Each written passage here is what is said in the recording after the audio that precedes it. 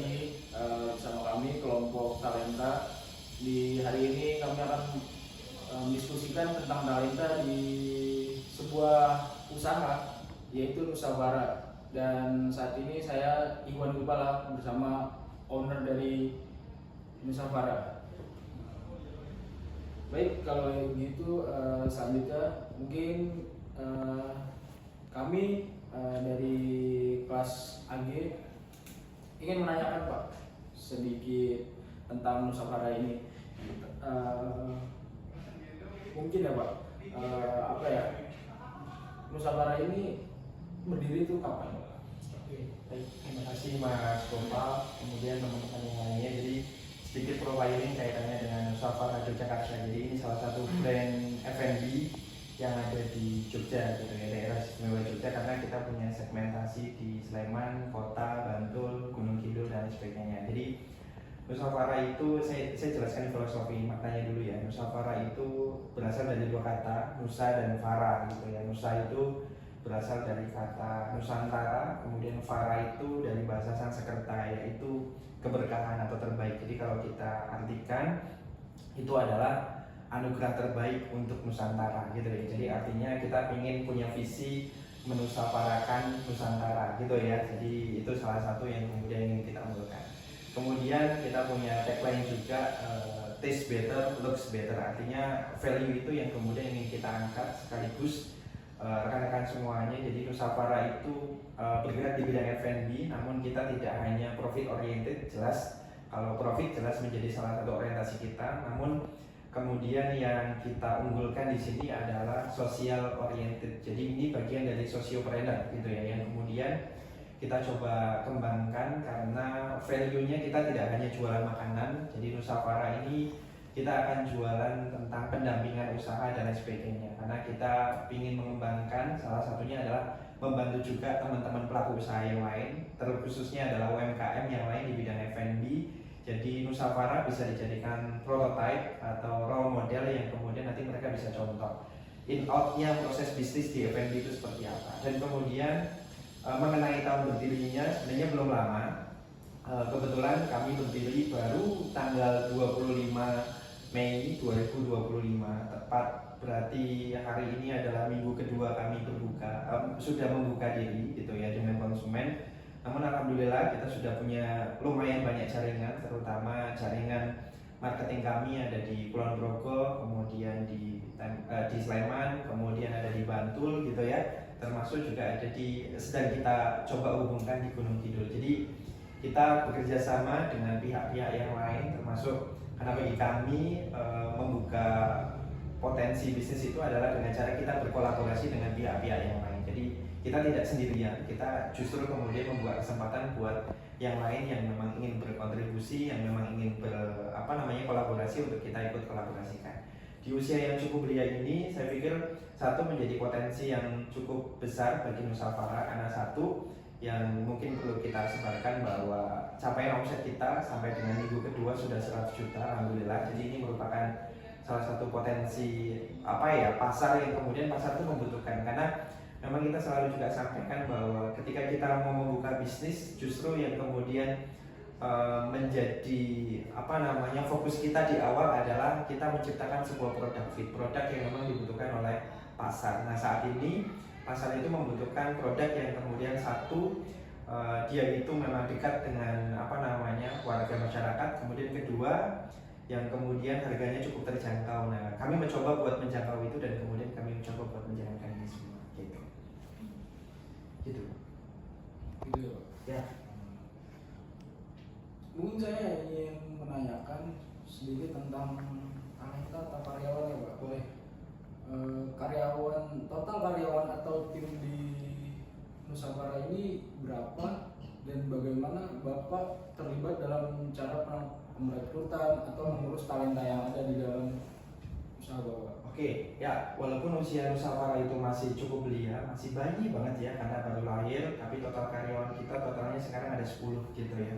Satu, kita punya manajer, kemudian yang kedua kita punya bagian keuangan, kemudian yang ketiga kita punya marketing, kemudian yang keempat kita punya 2 tim kepala produksi yang kita bagi, satu di bagian pastry, kemudian satu lagi di bagian hot kitchen ataupun yang makan makanan gitu ya. Kemudian kita juga punya tim helper yang fungsinya nanti beliau itu membantu buat cook helper atau nanti sebagai pramusaji gitu ya, atau tim delivery service dan lain sebagainya. Termasuk itu yang kemudian tergabung di dalam tim operasional. Kemudian di luar tim operasional kami punya mitra gitu ya yang kita sebut sebagai tim marketing eksternal. Totalnya sekarang ada 4 yang sudah bekerja sama dengan kami. Artinya ini juga nantinya harapannya kita membuka kesempatan yang lebih luas lagi, karena role model yang kita contoh dalam pelaksanaan marketing eksternal kami itu kami mencontoh seperti halnya Yakult dalam hal berjualan. Mereka menggunakan Lady Yakult gitu ya. Jadi banyak kalau teman-teman lihat misalkan ibu-ibu pakai baju batik, baju merah putih ya, baju merah putih yang kotak-kotak itu. Nah, kita ingin mencontoh demikian. Jadi jaringannya nanti justru akan kita sebarkan kemana-mana. Nanti tentunya marketing eksternal mereka akan mendapatkan fee atau insentif yang kami berikan untuk kami. Nah, tentu satu poin kita ingin mengajak ibunya buat berjualan sekaligus juga belajar buat berbisnis. 2, yang tentunya ibu itu juga akan mendapatkan penghasilan tambahan.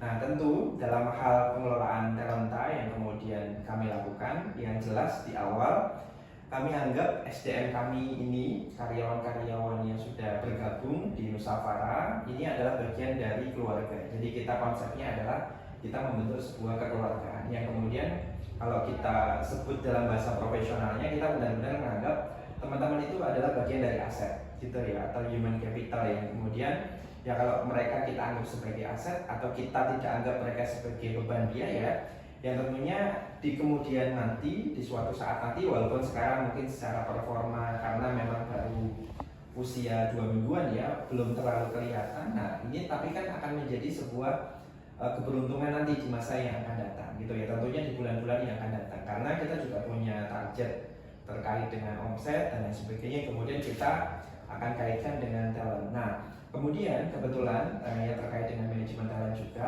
bahwa kemarin ketika kita baru melakukan sesi wawancara, yang kemudian perlu kita perhatikan adalah satu, kaitannya dengan kompetensinya teman-teman calon karyawan. Jadi aspek kompetensi walaupun kita memang masih usaha kecil gitu ya, namun kita sangat-sangat memperhatikan kaitannya dengan pengetahuan mereka, kaitannya dengan di bidang FB gitu ya, food beverage, karena kita bergerak di bidang itu.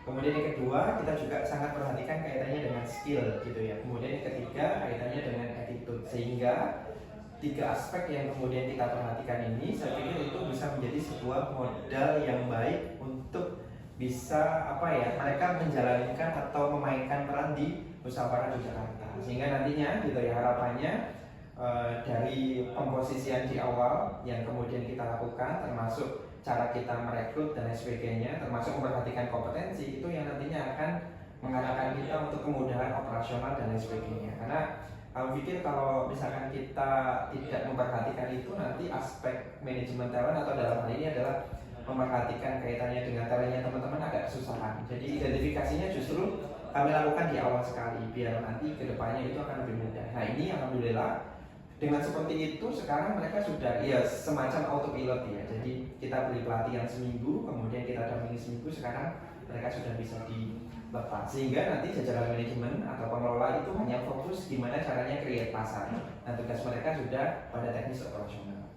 Begitu. Berarti training individu ya Pak? Jadi langsung langsung training di tempat. Langsung bekerja. Ada job training ya namanya ya, OJT ya. Mungkin dari rekan-rekan saya ada yang ingin menambahkan atau bertanya. Oh iya Pak, saya izin bertanya. Kan di sini karena ada 10. Otomatis kan komunikasinya harus lancar ya Pak antara satu bagian ke bagian yang lain. Betul. Saya ingin bertanya bagaimana cara Bapak sebagai owner membangun komunikasi yang baik dengan anggota tim. Oke, satu. Yang jelas kita memanfaatkan media-media komunikasi seperti halnya WhatsApp gitu ya. Kita buat WhatsApp group yang kemudian kita bagi-bagi biar tidak terlalu miskomunikasi. Ada WhatsApp group finance, ada WhatsApp group marketing, ada WhatsApp group operasional gitu ya, ada WhatsApp group yang lain-lainnya sesuai dengan bidang-bidangnya. Nah anggotanya adalah sesuai dengan orang yang kemudian punya posisi atau peran di bidangnya masing-masing itu. Nah kemudian kami biasanya melakukan koordinasi di situ, atau seminggu sekali gitu ya. Selain media itu yang kemudian kita gunakan, kemudian yang kedua kita menggunakan meeting secara langsung ya, seperti halnya kita bertemu sore hari ini ya, kita bisa face to face untuk bisa melakukan evaluasi mingguan. Sekaligus evaluasi mingguan itu kita jadikan sebagai baseline untuk proyeksi kita di minggu depan gitu, sehingga untuk menjalani minggu depan kita sudah punya rencana. Karena bagi kami kalau misalkan minggu depan kita tidak lakukan perencanaan dulu, nanti kitanya jadi bingung dan kemudian tidak fokus terhadap apa yang kemudian harus kami lakukan. Nah ini kalau sudah terjalankan dengan baik, kita mengupayakan buat mengkoordinasikan semuanya. Karena bagi saya, satu, walaupun saya owner, tapi tetap keputusan itu harus dibuat secara mufakat, jadi tidak sepihak dari owner gitu. Walaupun mungkin owner itu sifatnya pengarahan gitu ya, tidak masalah. Tapi kemudian jika pengarahan itu tentunya misalkan ada hal-hal yang lebih baik dari teman-teman karyawan, itu nggak masalah gitu ya. Jadi saya kemudian tidak kemudian menutup diri ya bahwa arahan saya, pendapat saya harus yang paling benar. Enggak, justru saya pilihnya malah dari teman-teman yang karena teknisnya, operasionalnya di lapangan mereka yang paling paham gitu. Mungkin ada yang pengen?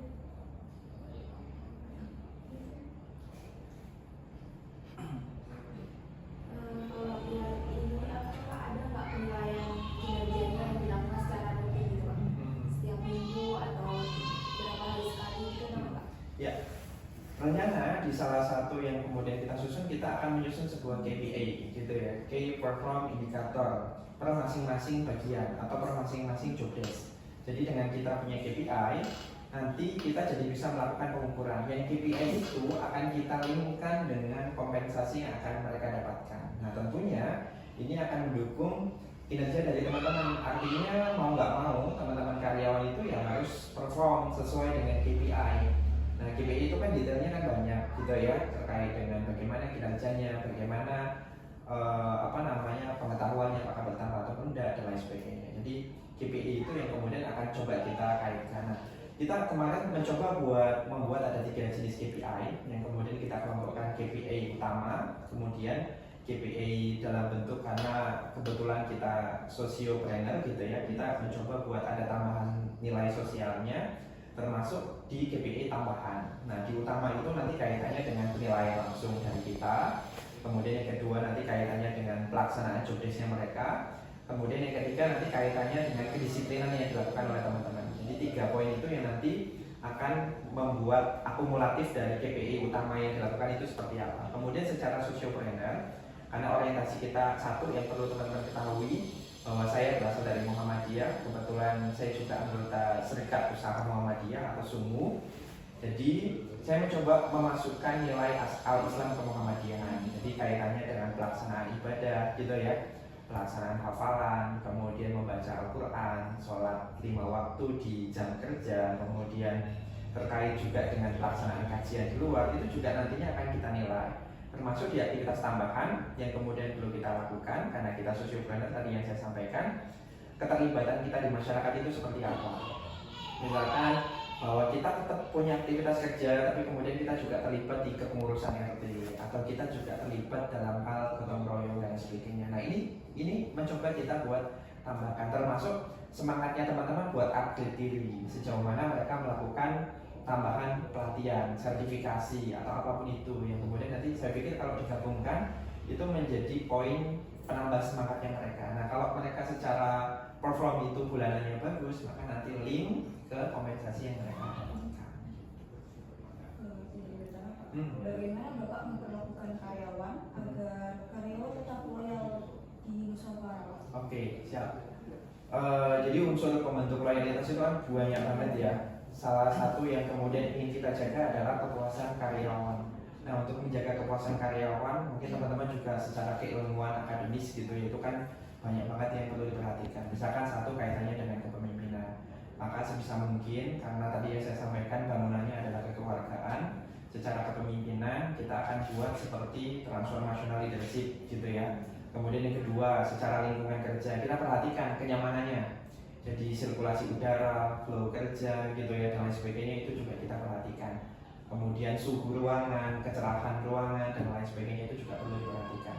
Kemudian yang lainnya barangkali terkait dengan kompensasi ya, kita sebisa mungkin harus layakkan gajinya teman-teman, karena satu yang kemudian kita menjadi semangat saya terutama ya, bahwa kita harus mensejahterakan karyawan, karena dengan mereka sejahtera, mereka itu akan juga tergerak secara naluriah, secara ikhlas untuk bekerja juga lebih baik.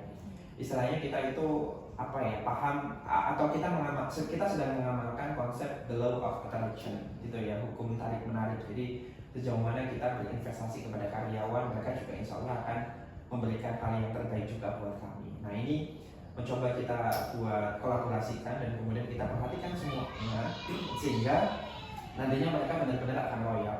Nah, kalau sudah loyal, maka teman-teman karyawan harapannya itu nanti bisa menjadi pionir, karena satu yang perlu diketahui bersama bahwa insya Allah di tahun ini Nusantara akan punya 3 outlet di Jogja, ada di Bantul, kemudian di kota, kemudian juga ada di Sleman. Tiga-tiganya sedang ongoing semuanya pembangunan outletnya. Yang di Bantul itu di Ngebel dekat UMY, kemudian kalau yang di kota itu di Kuncen dekat RS Ludiro gitu ya, Ludiro Wisodo. Kemudian kalau yang di Sleman kita di dekat Jalan Palagan, di arahnya Jalan Damai, itu ada sampingnya Mie Ayam Banteng. Nah, itu ada lahan kosong, itu yang nanti akan menjadi salah satu outletnya kita. Nah, kami pikir karena kita punya prospektus yang cukup baik, maka kita juga harus menginvestasikan teman-teman karyawan untuk bisa siap gitu ya, mengelola ini semuanya. Karena kalau ini dikelola oleh orang 1-2 orang yang kemudian hanya 1-2 orang yang loyal, nanti kita nggak akan bisa menjaga ini semua. Karena harapan kita seperti tadi yang saya sampaikan, menusafarakan Nusantara ya.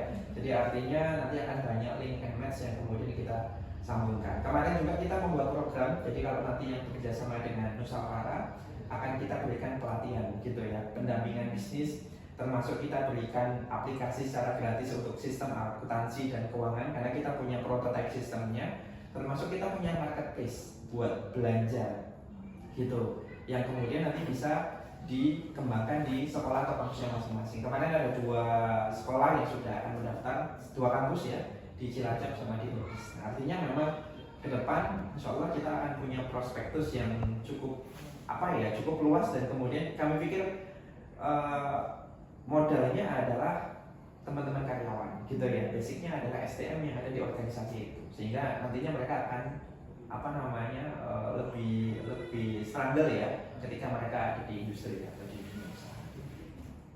Itu secara rencana jangka panjangnya seperti itu. Iya, betul Mas. Mungkin satu pertanyaan. Ya.